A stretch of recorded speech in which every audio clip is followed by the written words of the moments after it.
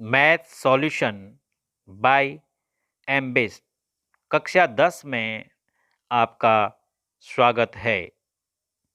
गणित विषय के संपूर्ण कोर्स को पढ़ने और समझने के लिए चैनल को एक बार सब्सक्राइब कर बेल आइकन प्रेस करें।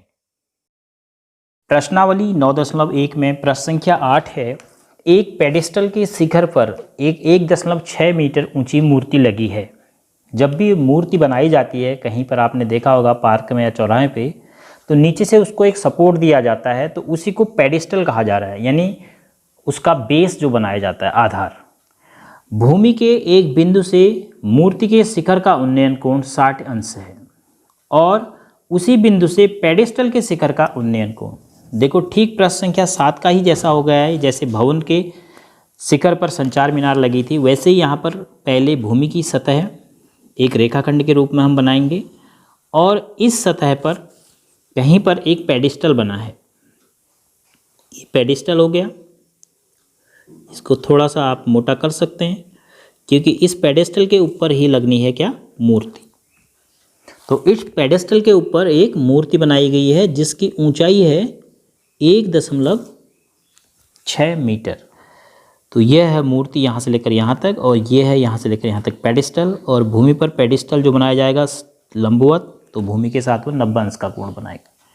तो भूमि के एक बिंदु से पेडिस्टल के शिखर, ये पेडिस्टल का शिखर हो गया, और ये मूर्ति का शिखर, इन दोनों को देखा जा रहा है। तो प्रेक्षक इस बिंदु पर है, इस बिंदु का नाम मैंने डी रख दिया। तो प्रेक्षक की आँख की जो क्षैतिज रेखा है वो होगी DC, और मूर्ति का नाम रख दिया AB।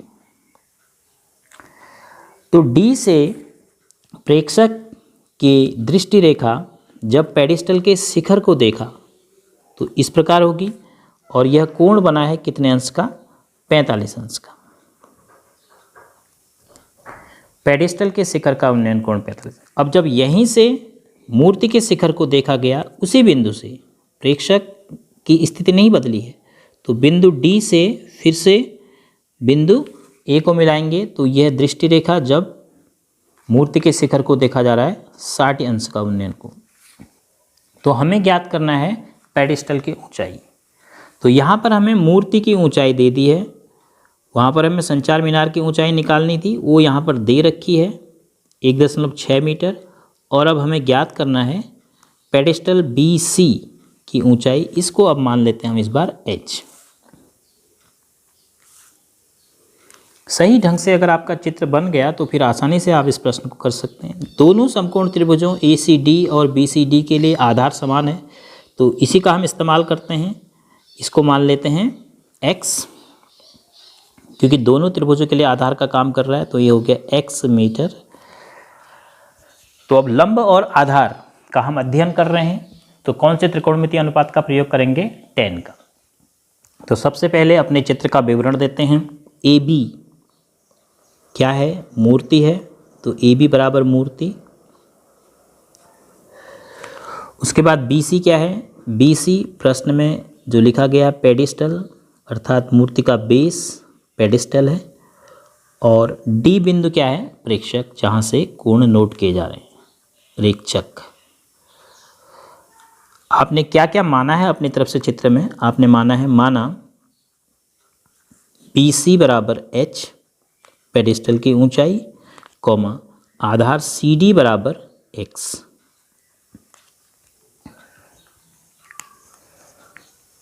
तो त्रिभुज कौन कौन से हैं समकोण, एक है ACD और एक है BCD। तो समकोण त्रिभुज ACD में कौन से त्रिकोणमितीय अनुपात का प्रयोग कर रहे हैं, tan का। तो लिखेंगे tan थीटा बराबर लंब बट्टे LAL बट्टे KKA, मीन्स A मीन्स आधार। कोण कितने अंश का है, ACD में tan 60 अंश बराबर लंब है AC बट्टे आधार है CD। tan 60 का मान होता है वर्गमूल 3 बट्टे बराबर AC, A से लेकर C तक अब है 1.6 धन H। बटे x।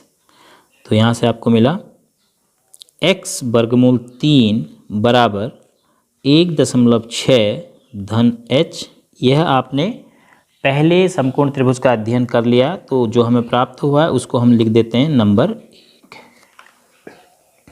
अब दूसरे समकोण त्रिभुज के अध्ययन की बारी है। वह समकोण त्रिभुज है BCD। तो समकोण त्रिभुज BCD में tan थीटा का इस्तेमाल कर रहे हैं। tan थीटा बराबर लंब बट्टे आधार। कोण है 45 अंश, तो थीटा की जगह 45 अंश। tan 45 अंश बराबर लंब 45 अंश के लिए देखें कितना है, 45 अंश ये है, इसके लिए लंब है BC बट्टे आधार वही है CD। tan 45 अंश का मान होता है 1 और BC है H और बट्टे CD है X।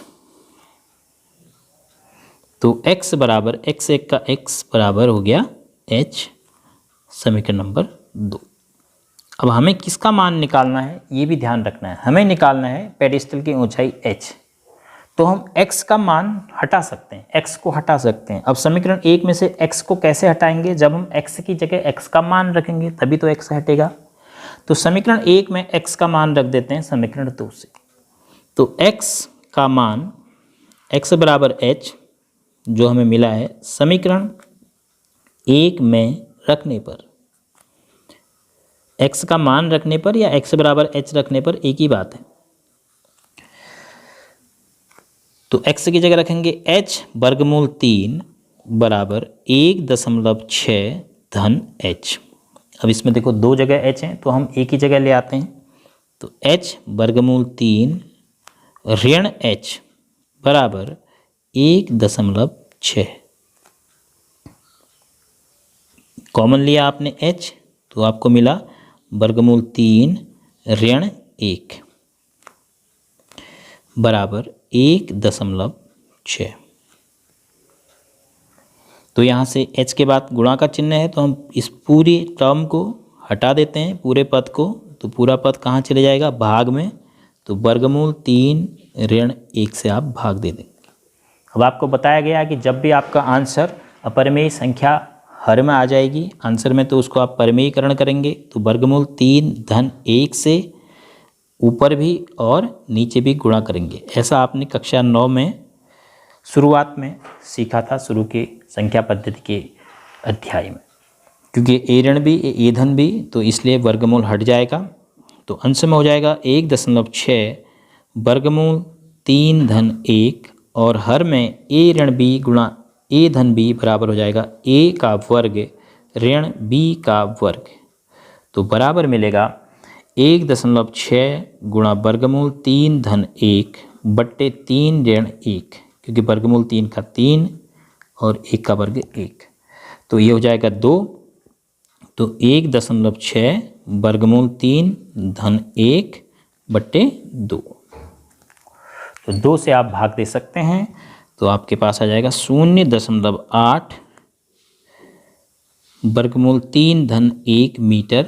यह आपका मान आया h का, जो कि पेडेस्टल की ऊंचाई है। तो यही आपका उत्तर हो गया 0.8 वर्गमूल 3 धन 1। तो अंत में उत्तर लिख दीजिए। पेडेस्टल की ऊंचाई जो आपको ज्ञात करनी थी वह आ गई, पेडेस्टल की ऊंचाई कितनी आ गई, 0.8 वर्गमूल 3 धन 1 मीटर। इसको आप हाईलाइट कर दीजिए अपने आंसर को। कैसे कर सकते हैं हाईलाइट, सिंपल सा तरीका है, आप इसके नीचे अंडरलाइन कर दीजिए तो आपका आंसर हाईलाइट हो जाए।